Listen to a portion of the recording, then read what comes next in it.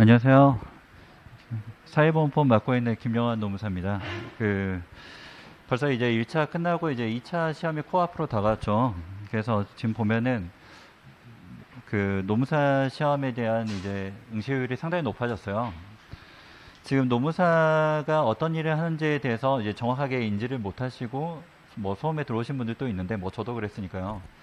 노무사는 이제 우리가 크게 노동부는 그 세 가지 기관이 있어요. 노동청, 임금체불이나 뭐 최단금 이런 다투는 노동청이 있고, 그리고 이제 부당해고나 부당노동행위 다투는 노동위원회가 있고요. 그리고 고용센터가 있죠. 뭐 기업 지원이나. 그리고 노무사는 이제 거기에 덧붙여서 산재나 이런 거 있을 때 하는 이제 근로복지공단을 상대로도 일을 하죠.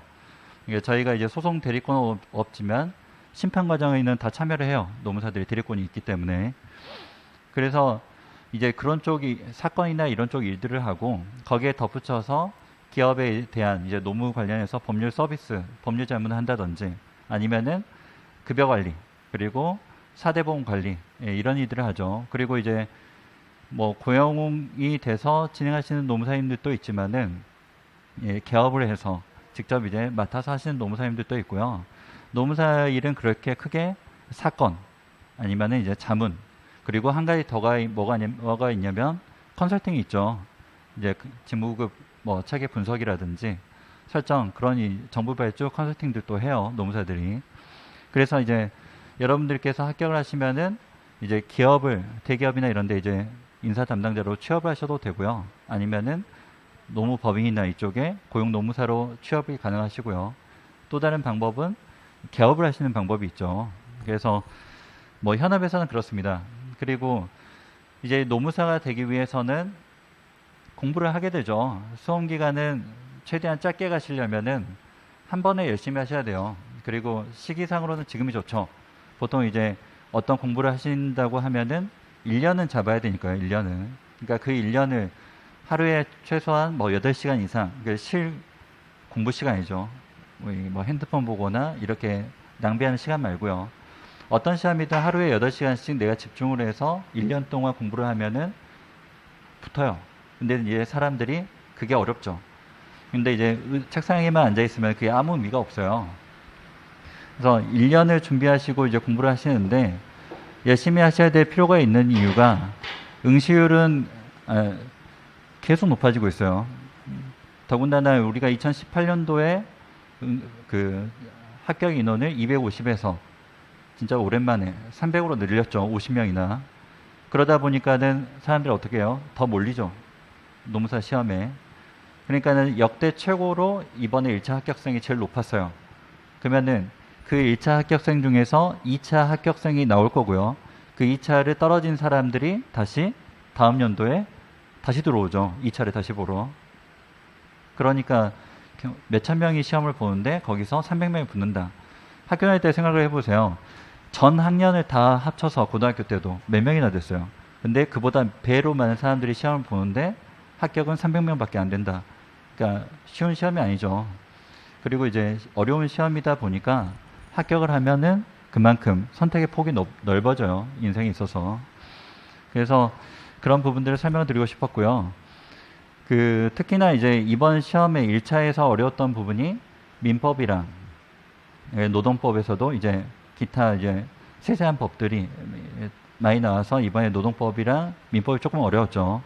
사회보험법 같은 경우에는 오히려 예전보다 좀 더 평이하게 나왔어요. 그러면은 내년 시험에는 사람들을 이제 어느 정도 제한을 걸어야 되기 때문에 1차 난이도가 조금 더 오를 가능성이 높죠. 올해보다는. 그래서 이제 공부를 하신다면은 지금부터 1, 2차를 같이 하시는 게 맞아요. 그리고 될 수 있으면은 주간을 2차 위주로 더 끌고 가셨다가 내년에는 1차가 도래할 때쯤에는 1차에 집중하셨다가 2차로 이제 넘어가셔야 돼요. 그래서 가장 추천드리는 내용은 올해 말까지는 2차 관련한 내용의 개념을 잡고 그리고 기본적인 내용을 뭐 특히나 뭐 인사논문든 어떤 내용이든 용어의 정의를 조금 외우실 필요가 있어요. 어느 정도.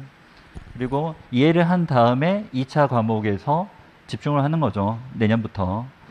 예, 이해가 안 될 상황에서 갑자기 뭐 한다. 그러면은 될 가능성이 희박하죠. 특히 이제 법 과목은 될 수 있으시면은 이해를 하시려고 하시고요. 철저하게 이제 강사님들께서 이 부분을 외워야 된다 하시면은 외우실 필요가 있는 거죠. 사회보험법은 1차 시험 과목 중에서 민법 다음으로 과락이 많이 나는 과목이에요. 그래서 왜 그러냐면은 법은 계속 바뀌어요. 이게 사회보험이 말 그대로 4대 보험을 말하는 거기 때문에 뭐 사회보장 기본법, 고용보험, 산재보험, 건강보험, 국민연금 그 법들이 각 법령과 그다음 부속 법령들이 있기 때문에 계속 바뀌죠. 이번에도 크게 바뀌었어요. 또 고용보험이랑. 그래서 이런 부분들을 이제 수험생 분들이 1차든 2차든 혼자서 이제 공부하시기가 좀 어렵죠. 그리고 책만 읽으면 어느 부분을 공부할지 모르니까요. 예, 강사님들이 제안을 드리는 방식은 강의 내용을 설명을 드리고 이 부분이 꼭 필요하니까 이 부분을 집중해서 보시라는 가이드를 드릴 수 있는 거죠. 수험은 전략적으로 하실 필요가 있어요. 전략적으로. 그러니까 똑같은 시간을 투자하더라도 어떤 사람은 빨리 합격하고 어떤 사람은 오래 걸린 이유가 열심히는 하시면은 언젠가는 붙어요. 근데 그거를 효율적인 방법을 빨리 찾을 때 빨리 합격하는 거죠. 그래서 수업을 들으시면서 학원 강의를 따라오시면은 합격하시는데 좀 빠르지 않을까. 그리고 특히 사회보험법은 쉽게 암기도 가능하시도록 두 문자로 강의를 이루어질 거예요. 그래서 한번 열심히 한번 해보시고요. 그리고 항상 이 기회비용이 큰 문제이기 때문에 한 번 하실 때 그냥 1년 안에 끝낸다는 마음으로 열심히 해보시기 바랍니다. 감사합니다. 안녕하세요. 여러분들 잘 오셨습니다. 되게 불안한 마음을 가지고 오셨을 텐데 여러분들 알고 계시겠지만 올해 공인노무사 1차 시험 먼저 제 소개를 해드릴게요.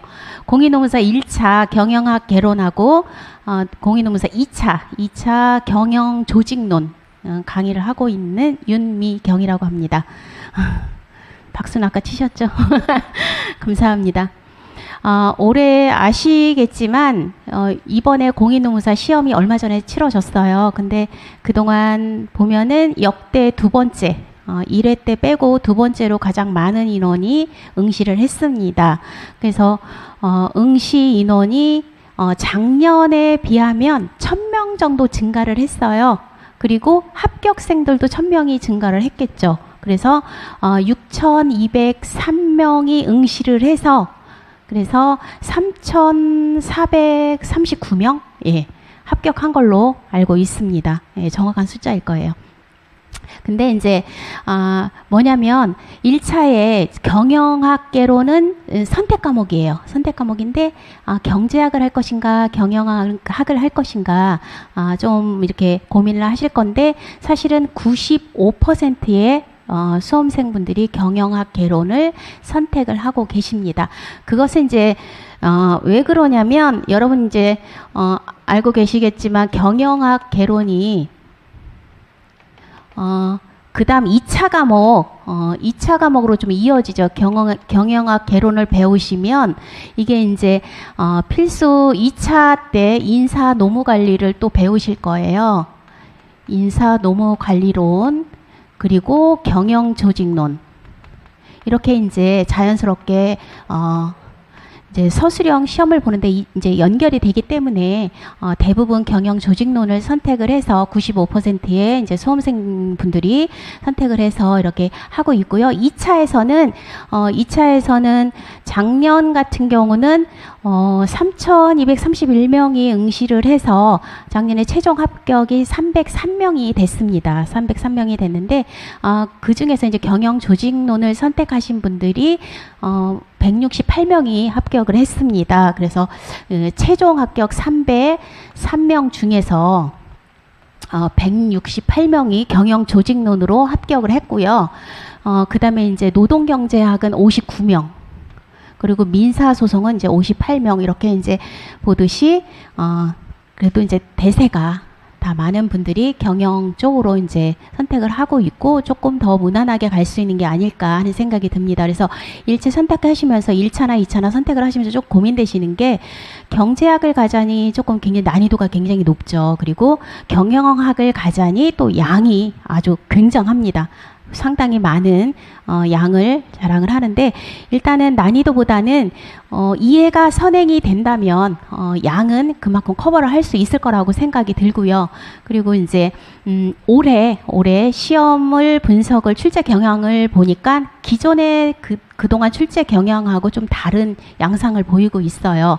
예전에는 핵심 요약 부분만 막 외워서 시험을 봐도 경영학은 그래도 그냥 어느 정도의 합격선에 좀 올라갔다 했는데 올해는 그 기본 이론을 중심으로 해서 좀 약간 폭넓게 공부를 해야지만 안정권에 들어갈 수 있는 그런 양상을 보이고 있어요. 그것은 뭐냐면 인원이 늘다 보니까 좀 난이도를 높인 게 아닐까 하는 생각이 듭니다. 그래서 앞으로도 그런 방향으로 가지 않을까 하는 생각이 들고요.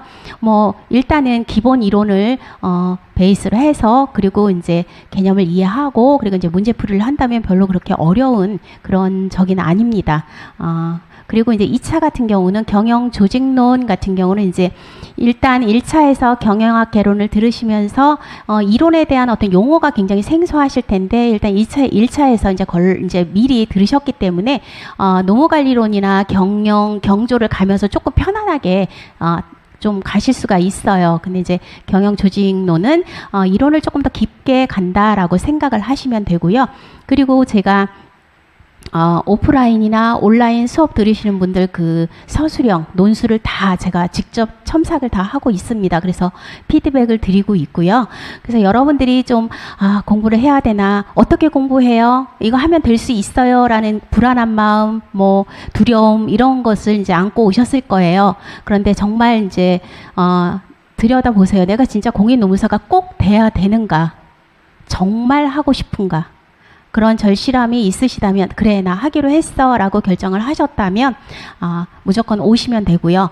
저희가 이제 지금 뭐 어떻게 공부를 하세요 라고 하는 것은 뭐 그냥 그닥 지금 도움되는 얘기는 아닐 것 같아요. 그래서 여러분들이 마음을 진짜 할 수 있다는 마음만 가지고 오신다면 어떻게 준비를 해야 되고 어떤 방법으로 가야 되고 어떻게 진행을 해야 되는지 저희와 함께 하겠습니다. 제가 함께 할 거고요. 그래서 여러분들이 할 수 있다는 자신감만 가지고 오신다면 쭉 같이 이제 따라간다면 천천히 간다면 꼭 할 수 있을 거라고 생각이 들고요. 왜냐? 그동안 공부를 하셨던 분들이 계시고요. 그리고 합격하신 분들도 계시고 그래서 여러분들이 이제 그 누군가에게 이제 롤 모델이 될 그런 기회라고 생각이 들고요. 그런 마음으로 오신다면 이제 제가 함께 힘을 내서 정성껏 절실한 마음으로 같이 가겠습니다. 꼭 다시 뵙기를 바라겠습니다. 감사합니다. 예, 반갑습니다. 방금 전에 소개받은 유정수 노무사입니다. 다시 한번 인사드리겠습니다. 예, 아마 공인노무사 이제 처음 준비를 시작하신 분들이 아마 대부분일 거라고 오늘 보여집니다. 근데 아마 이제 처음 이제 준비를 하면서 가장 제가 뭐 당부드리고 싶은 말씀은 뭐냐면 일단은 여러분들이 앞에서도 말씀드렸지만은 가장 중요한 건 절실함이 있어야 된다고 봐요. 왜냐하면 우리 2차 합격률이 보통 몇 프로인지는 아시죠, 여러분들? 보통 한 9% 정도 돼요. 그러니까 100명 시험 보면 9명만 합격하는 시험이에요. 그렇죠? 그렇기 때문에 여러분들이 그러한 절실함이 없으면 그 9명 안에 들 수가 없습니다. 그 9명이 못 들면은 이제 계속적으로 장수생으로 이제 있는 거죠. 그렇죠?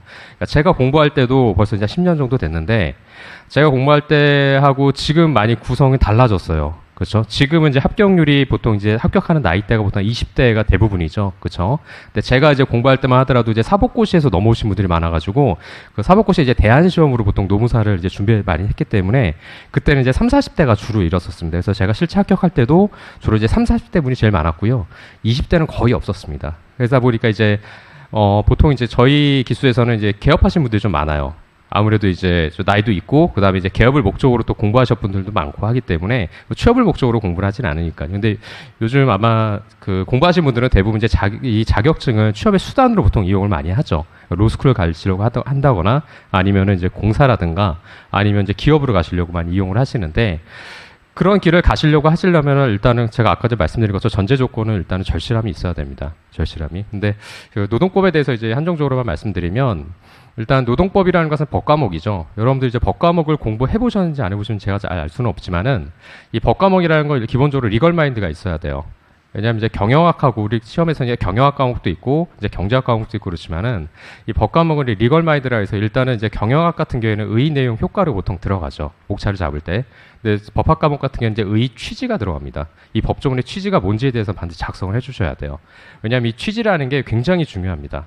왜냐하면 남들과의 어떤 차별화를 둘 수 있는 그런 부분이라 볼 수 있거든요. 난 이 규정, 조문에 대해서 난 이 취지를 알고 있다는 건 굉장히 어필이 될 수 있는 부분이라 볼 수 있어요. 그래서 그 취지라든가 아니면 요건이 들어가죠. 내용이 아니라 요건, 그 다음에 효과 이런 식으로 이제 목차를 잡고 보통 들어가는 게 이제 법학의 답안지의 전형적인 이제 페이스라고 볼 수 있는데 일단은 이제 이 법학에 대한 리걸 마인드가 이제 형성되는 것이 가장 중요하고요. 그래서 지금 상황에서는 내가 어떻게 공부를 할 건지 사실 공부에 대한 진리는 없습니다.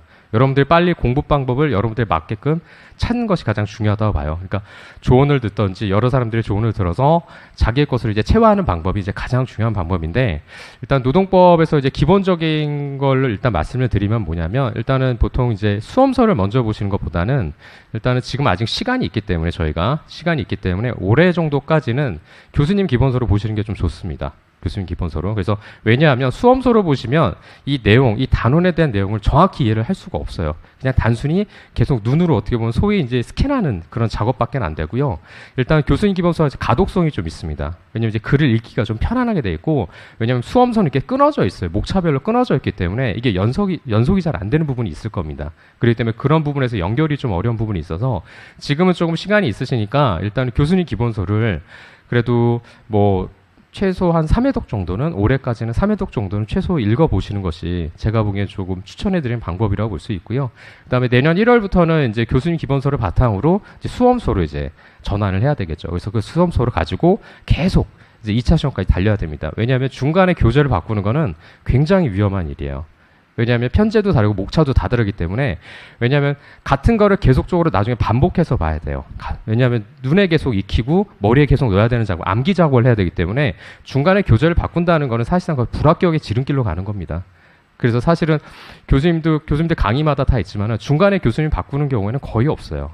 왜냐하면 교수님마다 교재가 또 다르고 하기 때문에 강의 내용도 다르기 때문에 중간에 바꾸는 건 거의 뭐 불가능하다 보면 됩니다. 그래서 거의 불합격의 지름길로 갈 수 있다고 볼 수 있고요.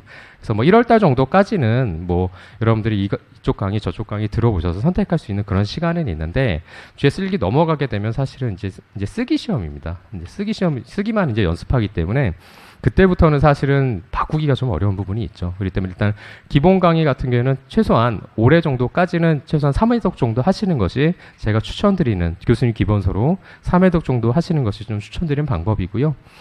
그 다음에 뭐 노동법에 대해서 이제 2차 보통 이제 1차는 어차피 객관식이니까 이제 1차, 2차 차이를 좀 말씀드리면 1차 같은 경우는 학설은 나오지는 않습니다. 왜냐하면 이제 법학 과목에서는 이제 교수님 학설이 이제 들어가는데요. 2차 답안제는 학설이라는 부분을 이제 건드려줘요. 그래서 보통 쟁점되는 사항은 이제 목차를 잡으면 문학 판검이라 해서 문제의 소재, 학설, 판례, 검토 이런 식으로 이제 쟁점을 보통 처리합니다. 목차를 잡을 때. 근데 1차에서 학설이 나올 수가 없는 게 학설이라는 게 사실 이제 교수님들의 개인적인 이제 어떤 의견이지 이게 정답은 아니잖아요. 교수님마다 의견이 다 다르기 때문에 그래서 학설을 1차 시험에 내긴 좀 어렵습니다. 그래서 1차에서는 보통 조문 아니면 판례, 즉 이 법리라는 건 조문과 판례를 얘기하는데 보통 조문과 판례 가지고 많이 내고요. 물론 2차 같은 경우에도 판례를 위주로 내죠. 그래서 판례를 많이 보시는 것이 여러분들한테는 굉장히 도움이 많이 됩니다. 판례를 많이 보시는 것에서 1차 공부하시면서 아니면 또 교수님 기본서 보시면서도 판례의 의미라든가 이런 것들을 조금 보시는 것이 좀 좋아요. 아무래도 왜냐하면 이제 기본적으로 2차도 판례 위주로 나오기 때문에 뭐 판례를 이게 그러니까 케이스화하면서 사실관계를 케이스화하면서 거기에다가 이제 목차들이 이제 들어가면서 문학 판검식으로 이게 목차가 다 들어가거든요. 그래서 거기 이제 이 어떤 쟁점에 대한 교수님의 견해가 어떻고 그다음에 판례는 어떻고 내 검토 의견은 어떻다 이렇게 보통 이제 작성을 하는데요. 이제 그와 같은 이제 과정을 이제 거쳐야 되는 부분이 있으니까 여러분들 입장에서는 일단은 기본서하고 판례는 여러분들이 아마 보통 이제 GS 1기 때 보통 아마 집중적으로 들어갈 거예요. 보통 이제 2차 페이스로 말씀을 드리면 그러니까 1차 GS 연기 때까지는 일단 기본서 위주로 공부를 하고 그다음에 2차 그러니까 1월 달부터 GS 1기 때부터는 이제 수험서하고 판례 위주로 공부를 할 겁니다. 그래서 이제 판례에 대해서 여러분들의 적응력이라든가 판례 법리라든가 이런 거에 대해서 공부를 많이 하게 될 거예요. 그래서 뭐 기회가 되신다면 일단 GS 연기 때도 뭐 판례에 대한 어떤 공부를 하시는 것도 나쁘진 않는데, 근데 아마 처음 공부하신 분이라면 제가 봤을 때는 뭐 판례를 먼저 보시는 것보다는 교수님 기본서를 회독수를 높이시는 것이 오히려 더 도움이 되지 않을까, 그런 생각을 좀 드는 것 같습니다. 자, 그래서 뭐 제가 이제 드리고 싶은 말씀을 이제 여기 다 드렸는데요. 이제 수험 시장에서 이런 말이 있어요. 뛰는 놈 위에 나는 놈 있고, 나는 놈 위에 누구 있는지 아세요? 나는 놈 위에 운 좋은 놈 있다고 그러죠. 그렇죠? 이제 운 좋은 놈 위에 누군지 아세요? 없을 것 같지만 있습니다. 수험 시장에서는 노력하는 놈이라고 그래요. 노력하는 놈. 이 시험도 마찬가지입니다. 노력해야지 여러분들이 합격할 수가 있는 시험입니다. 그렇기 때문에 여러분들이 마음을 굳으셨으면은 그 절실함을 가지고서 계속 흔들림 없이 여러분들 계속 정진하셨으면 하는 바람에서 오늘 제 마지막 설명회를 마치도록 하겠습니다. 예, 고맙습니다. 네, 안녕하세요. 조홍주입니다. 쟁송법 하는데 좀 넘겨보실래요? 이게 이제 일반적인 공부 방법은요, 그러니까 뭐든지 어떤 시험이든지 공부하실 때는 이제 시험일을 기준으로 학습 일정을 역으로 짜시는 거죠. 역으로 해서 이제 얼마 남았다 이렇게 하는데, 일단은 기본적으로 과목별로 정리된 걸 5회독 이상 하면 합격을 합니다. 5회독을 하시면 합격을 해요. 근데 이 5회독을 어느 때 하냐면 일주일 내에 이제 마지막 해독을 하루에 한 과목씩 보시면 합격을 해요. 대한민국 모든 시험이 다 그렇거든요.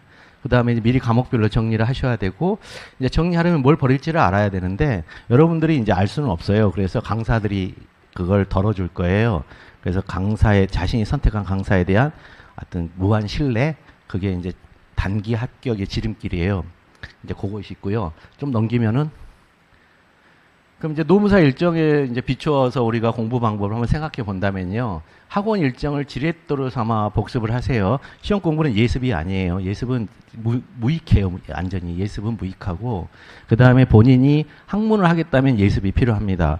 왜냐하면 미리 어떤 그림을 그려놓고 상대방이, 그러니까 그 선생님이 말씀하신 바에 그림을 내가 받아줄 때, 그걸 이제 성경에서 야다라고 하는데, 그걸 안다라고 그래요. 그래서 이미지가 서로 통할 때를 안다고 하는데, 그 이미지가 안 통하네? 그럼 어느 부분에서 내가 이렇게 어긋나지? 그걸 이제 깊이 파고들고 하면은 그게 이제 공부가 되고 학문이 되고 하는 거거든요.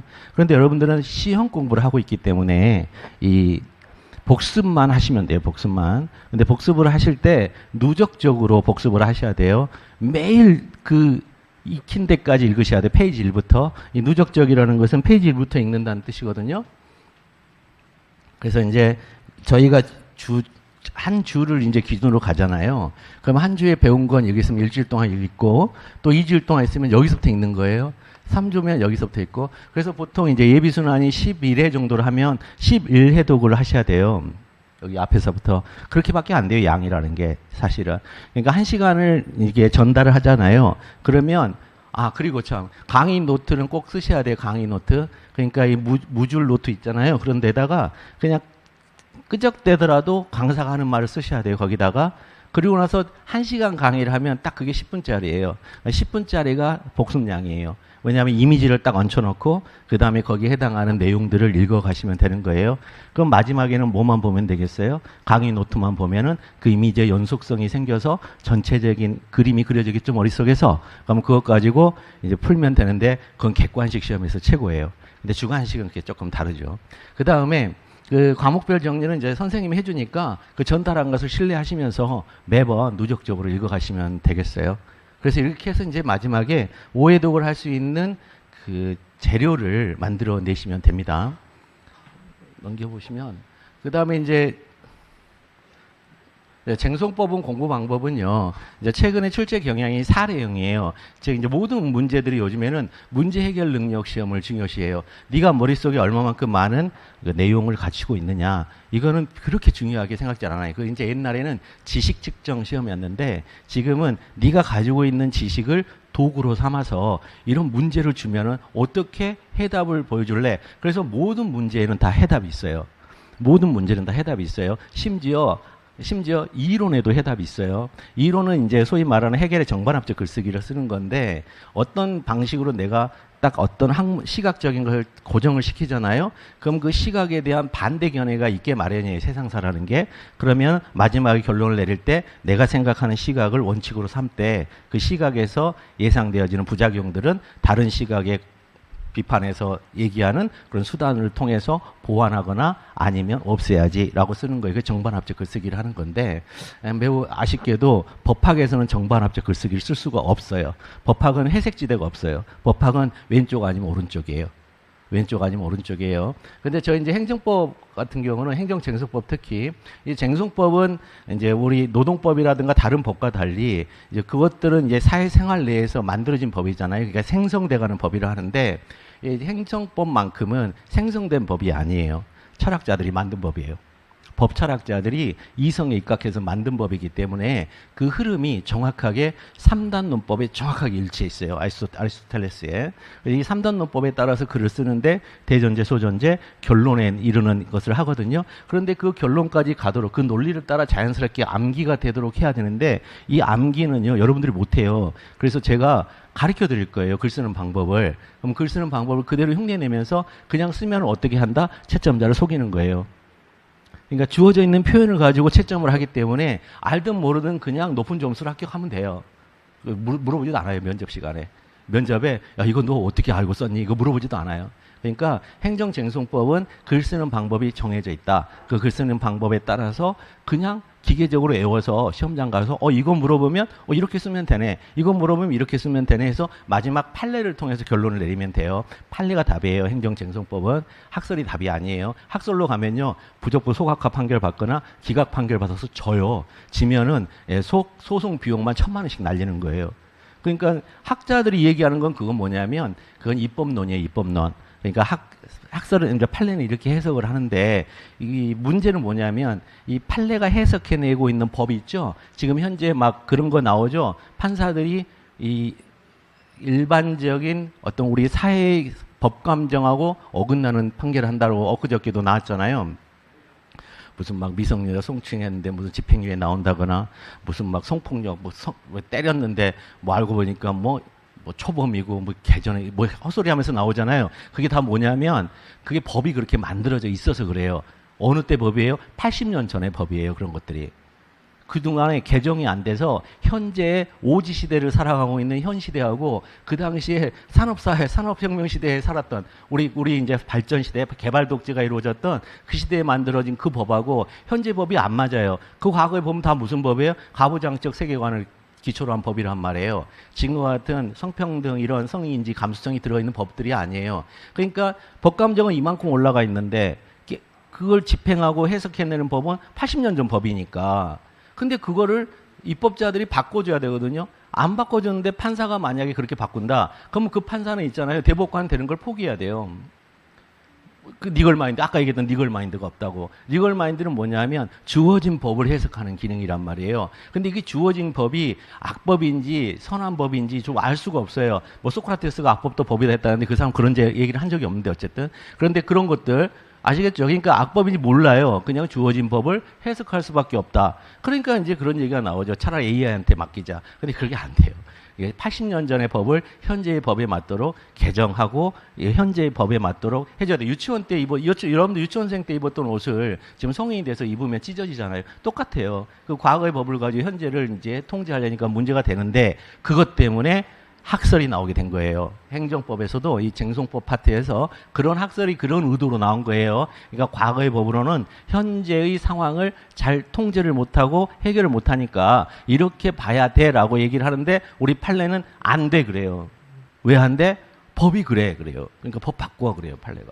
법을 바꿔. 그러려면 법을 바꿔. 근데 일을 안 하니까 이것들이. 그러니까 법을 바꿔야 되는데 도무지 무슨 상임위가 이제 구성이 돼야 무슨 일을 하지. 하여튼 진짜 불로소득자들 그놈들은. 자, 이래서 자연스럽게 암기가 되도록 할 것이고요. 그래서 노트 정리와 교재 정리 철저히 하면서 누적 읽기를 하셔야 돼요. 노트 정리하고 교재 정리. 근데 노트 정리하고 교재 정리를 특별하게 할 건 없어요. 제가 정리해서 드릴 거니까. 노트 정리도 판서하면서 쓰니까 그 판서만 그대로 따라가시면서 매일 누적적으로 읽으시면 돼요. 얼마 되지도 않아요.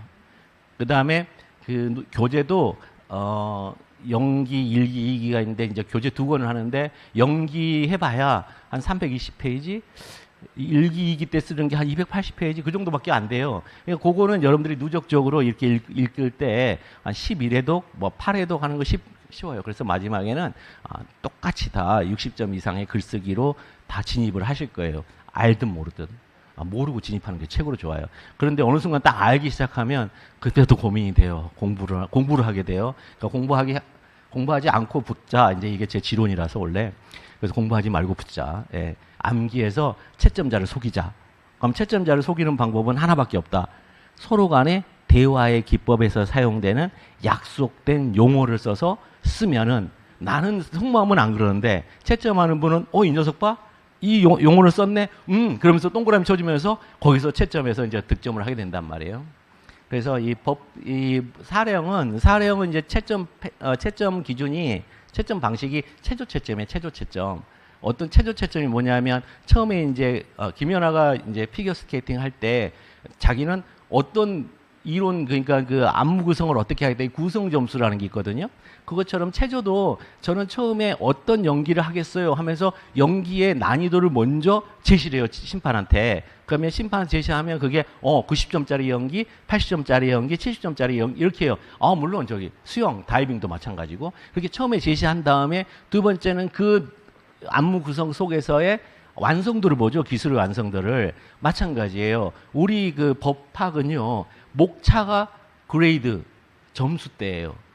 목차를 딱 보면 얘는 몇 점대, 얘는 몇 점대, 이게 나와버려요. 그 다음에 두 번째는 그 몇 점대 안에서 얼마만큼 판례를 정확하게 암기해서 쓰고, 그 판례에 쓰여져 있는 단어를 통해서 얼마만큼 정확하게 주어진 문제, 주어진 설문, 그 상황을 얼마만큼 잘 포섭을 하느냐, 이게 포섭이라 하는데, 이 요철 관계를 포섭이라 하거든요. 요철 요거. 요 포섭을 딱 해서 딱 들어맞게끔 이렇게 갖다 붙인다. 상황을 판례의 어떤 특정 용어에다가 갖다 붙이는 작업, 이걸 포섭이라 하는데, 그 포섭을 얼마만큼 잘 대응되게 갖다 붙이느냐를 가지고서 평가를 해요. 그래서 그게 잘 되면 그 그레이드 내에서 최고 점수를 받는 거예요. 60점대에서 68점, 뭐 69점 이렇게. 그런데 그게 어설프면 속았다 그러면서 그레이드가 떨어져요. 이제 50점대로, 40점대로 이렇게 떨어지는 거예요. 목차를 잘 썼는데도 불구하고. 자, 그렇게 돼 있습니다. 뒤에 또 있나요, 이게? 끝났네요. 그래서 제가 그 전달해 드릴 수 있는 쟁송법은 이제 다 해드린 것 같아요. 그래서 결론은 딱 3개예요. 결론은 3개. 첫 번째는 복습을 철저히 해라. 복습을 해라. 두 번째는 복습을 할 때 절대 어떤 양을 늘리지 말고 처음에는 강사가 전달하는 자료들을 누적적으로 읽어라. 누적적으로 읽어라. 그 다음에 세 번째, 이제 주관식 2차 주관식 같은 경우는 저 같은 경우, 행정쟁송법 같은 경우는 글쓰기 자체를 전달해 드릴 테니까 그 글쓰기 자체를 그냥 그대로 외워버리면 된다.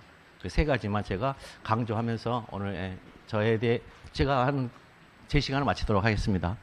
수고하셨습니다.